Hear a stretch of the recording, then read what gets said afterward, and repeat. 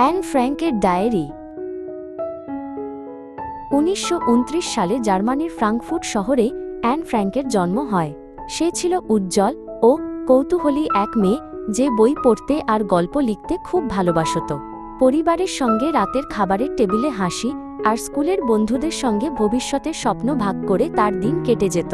তখনও অ্যান জানত না যে একদিন লেখা তার জীবনের সবচেয়ে বড় শক্তি হয়ে উঠবে।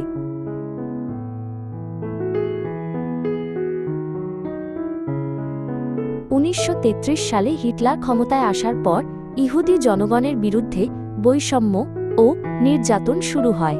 অ্যানের পরিবার শুধু ইহুদি হওয়ার কারণে পার্কে ঢুকতে পারত না, আর স্কুল ও কাজের নিয়ম দিন দিন কঠোর হয়ে উঠত। রাস্তায় ইহুদিদের প্রত্যাখ্যান করা সাইন দেখা যেতে লাগল, আর মানুষের দৃষ্টিও ক্রমে ঠান্ডা হয়ে গেল। অ্যান বুঝতে পারত না কেন সে নিজের কাজের জন্য নয়, জন্মের জন্য আলাদা আচরণের শিকার হচ্ছে। জার্মানি আরও বিপজ্জনক হয়ে উঠলে পরিবারটি নেদারল্যান্ডসের আমস্টারডামে চলে যায়। কিন্তু যুদ্ধ আর ঘৃণা সীমান্ত পেরিয়ে সেখানেও পৌঁছায়, আর সেখানেও নিরাপত্তা থাকল না। 1942 সালের গ্রীষ্মে অ্যানের বোন মার্গটের নামে শ্রম শিবিরে হাজির হওয়ার নোটিশ আসে। আর অপেক্ষা করা যাবে না বুঝে পরিবারটি বহুদিন ধরে প্রস্তুত করা লুকানোর পরিকল্পনা বাস্তবায়ন করে।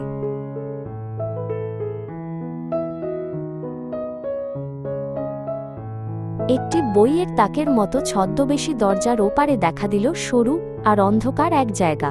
সেখানে প্রায় কোনো সূর্যের আলো ঢুকত না, আর এত মানুষ থাকায় শ্বাস নিতেও কষ্ট হতো। এটাই ছিল গোপন সংযোজন কক্ষ, যেখানে অ্যানের পরিবার সহ আরও ইহুদি পরিবার লুকিয়ে থাকতে বাধ্য হয়। এই চিলেকোঠায় অ্যানের শুরু হয় বাইরের জগৎ থেকে বিচ্ছিন্ন দীর্ঘ জীবন।